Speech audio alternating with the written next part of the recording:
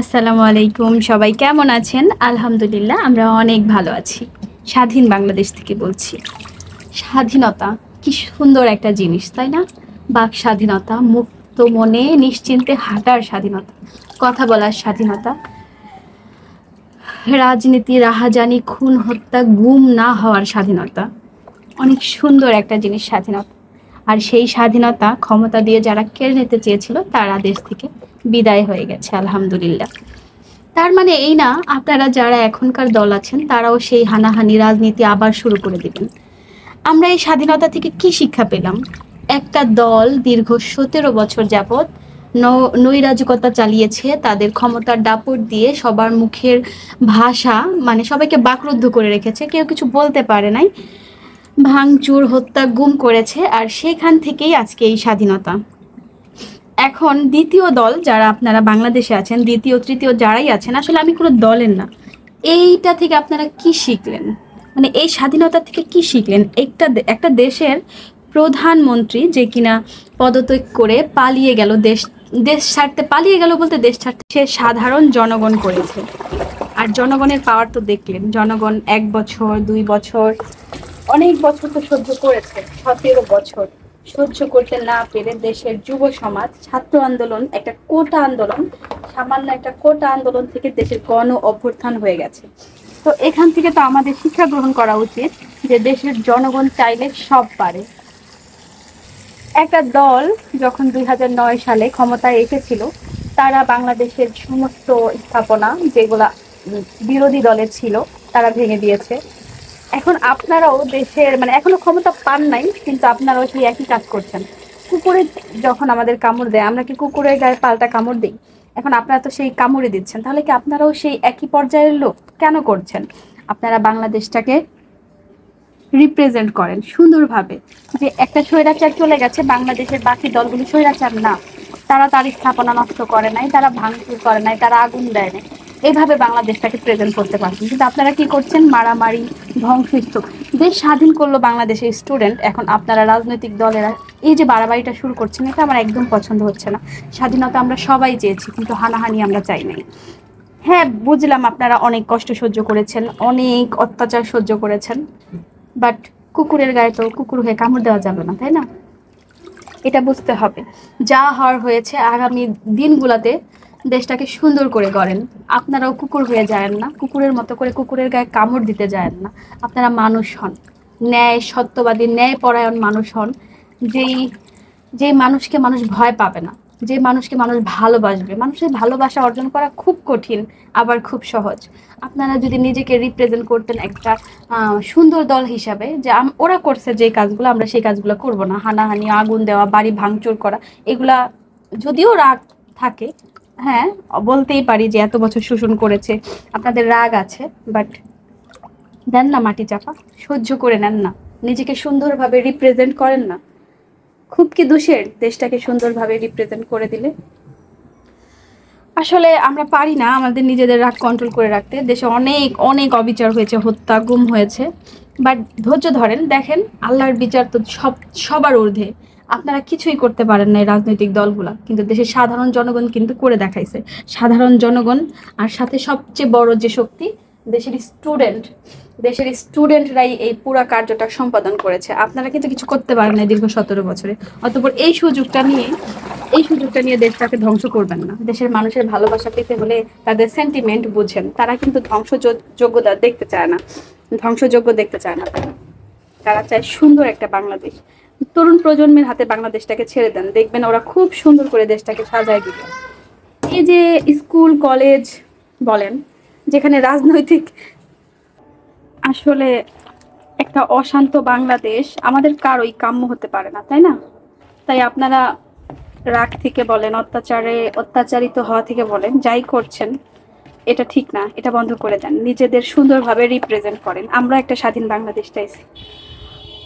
আমার খুব ইচ্ছা হতো রাজপথে নামতে, অথচ আমাদের এলাকার একটা মানুষ, একটা কলেজের টিচার, একটা ছাত্র একটা সাধারণ মানুষ কেউ নামে নাই, কেউ না, কেউ একটা ফেসবুকে পোস্ট পর্যন্ত করে না, এত ভয় পাইছে। কিন্তু আমি আনলিমিটেড পোস্ট করছি, আনলিমিটেড শেয়ার দিছি, অনেক কিছু লিখছি। শুরু থেকেই ছাত্রদের পক্ষে ছিলাম, আছি, ইনশাল্লাহ থাকবো। কিন্তু এখন দেখতেছে অনেকেই যারা গর্তে ছিল কিছুই বলে নাই, তারা ইদানিং এত এত পোস্ট করতেছে, এটা কাম্য না, ওইটা কাম্য না, এটা সেটা, মানে হেন তেন অনেক, মানে মানুষের কি বলবো না। আমার বাচ্চা যে স্কুলে পড়ে সেই স্কুলের একটা টিচার পর্যন্ত কখনো এই আন্দোলনের বিরুদ্ধে পোস্ট দেয় নাই, আন্দোলনের পক্ষে পোস্ট দেয় নাই। তারপর কোনো একটা ছাত্রদের আন্দোলনে নামতে দেয় নাই, ছাত্ররাও নামে নাই। অথচ এখন অনেকেই লাফালাফি করতেছে, যেটা আসলে দেখতে ভালো লাগছে।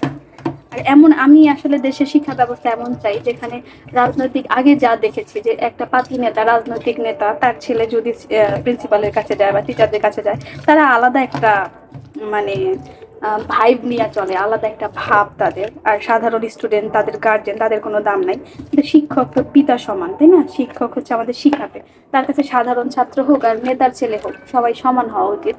এই শিক্ষা ব্যবস্থার মধ্যে আমূল পরিবর্তন আনতে হবে, আর সাথে শিক্ষকদের নৈতিক যে দায়িত্ব সেটাও ঠিক করতে হবে। অনেক শিক্ষকই নৈতিক দায়িত্ব পালন করতে ব্যর্থ। আমি যে কলেজে পড়াশোনা করছি সেই কলেজের কথা বলছি, সেই কলেজের কোনো টিচার একটা পোস্ট করে নাই ভয়ে, ছাত্রদের পক্ষে এত ছাত্রছাত্রী মারা যাচ্ছে, তাদের পক্ষে কোনো রকম পোস্ট করে নাই। অথচ যেই মানে মাননীয় প্রধানমন্ত্রী যে ছিলেন, আগের প্রধানমন্ত্রী, যেই সে হচ্ছে পদত্যাগ করছে বা পালাইছে, তারা ফেসবুকে পোস্ট শুরু করেছে। দেখাটা মানে এটা আমার জন্য খুবই দুঃখজনক, মানে আমি খুব কষ্ট পাইছি এটা দেখে। যে এই টিচারগুলা কি পারতো না তাদের একটা করে মতবাদ প্রদান করতে? তাহলে তো ছাত্রদের আন্দোলন করাটা আরো সহজ হতো, হয়তো এত এত মানুষ মারা যেত না, অনেক আগেই এটা সমাধান হয়ে যেত, তাই না? তো এইভাবেও কারো পা চাটা উচিত না, যে তার ভয়ে, মানে জীবন ভয়ে আর কি কোনো কিছু পোস্ট করা যাবে না। দেশের সংগ্রামে সবার নামা উচিত।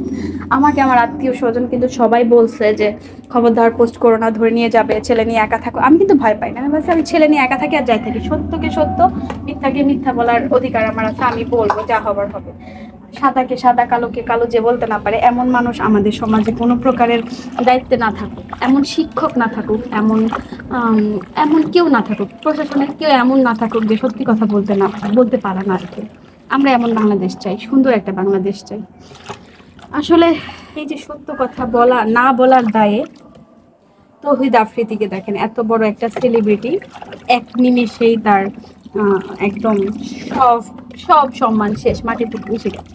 সাকিব আল হাসান বলেন, মাশরাফি বলেন, তারপরে বড় বড় তারকা যারা আছে, আসলে কি বলবো, সত্যের পক্ষে থাকা দরকার। সত্যের জয় একদিন হবে, যতই মিথ্যা যতই বড় হোক, শক্তিশালী হোক, সত্যকে কেউ আটকাতে পারবে না। এখন দেশের জনগণের হাতে, মানে ছাত্রদের হাতে ক্ষমতা আসছে, নতুন প্রধানমন্ত্রী আসছে। আপনাদের কাছে এটাই কামনা, আপনারা সুন্দর একটা দেশ গড়ে তুলুন, গণতান্ত্রিক দেশ, যেখানে সবার অধিকার থাকবে, যেখানে স্কুলে যে কোনো গার্জেনকে দেখতে হবে না যে আমার বাচ্চার উপর অত্যাচার হচ্ছে শুধুমাত্র রাজনৈতিক একটা নেতার বাচ্চাকে ফার্স্ট করার জন্য, যেখানে পুলিশের থানায় গিয়ে কাউকে ঘুষ দিতে হবে না যে আজকে আমাকে 1500 টাকা ঘুষ দিয়ে এটা করতে হয়েছে। যে কোনো প্রতিষ্ঠান হোক, কোথাও এই ধরনের অরাজকীয়তা যেন আর না হয়। মানে গণতান্ত্রিক বাংলাদেশ চাই, এটাই হচ্ছে আমাদের কাম্য। আর এই যে আন্দোলন হয়েছে, আন্দোলন কোনো ভালো জিনিস না, আন্দোলনের যেমন সুবিধা আছে অসুবিধা আছে। কত কাজা প্রাণ ধরে আমরা আর এরকম আন্দোলন চাই না। দেশটাকে সুন্দর করে গড়ে তুলুন যারাই আপনি। পারিবারিক চাপের দোহাই দিয়ে আর বলবেন না যে পারিবারিক চাপ এটা করতে পারে নাই, আপনি চাইলেই করতে পারেন। পারিবারিক চাপ বলতে কোনো কথা নেই, সত্য কথা বলতে পারিবারিক চাপ লাগে না, সাহস লাগে। তো সবাই সত্যের পথে চলেন, সুন্দর বাংলাদেশ গড়ায় সবাই সহযোগিতা করেন, এই ভাঙচুর, অগ্নিকাণ্ড এগুলো বন্ধ করেন। দেশটাকে সুন্দর করে বাংলাদেশ সারা বিশ্বের কাছে রিপ্রেজেন্ট করার জন্য সবাই এগিয়ে আসতেন, সবাইকে। এই যে ঘরের কোণে বসে থেকে অপ্রতিবাদ করা যায়, ফেসবুকে একটা শেয়ার পোস্ট, কিন্তু আমি দেখি নাই আমাদের গ্রামের কাউকে এভাবে পোস্ট শেয়ার করতে। কেন করেন নাই জানি না, পারিবারিক চাপ, ভয় বা দালালি।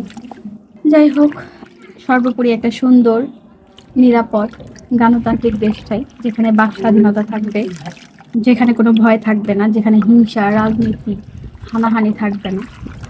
তো আজকের মতো এখানে বিদায় নিচ্ছি, সবাই অনেক অনেক ভালো থাকবেন, আল্লাহ হাফেজ।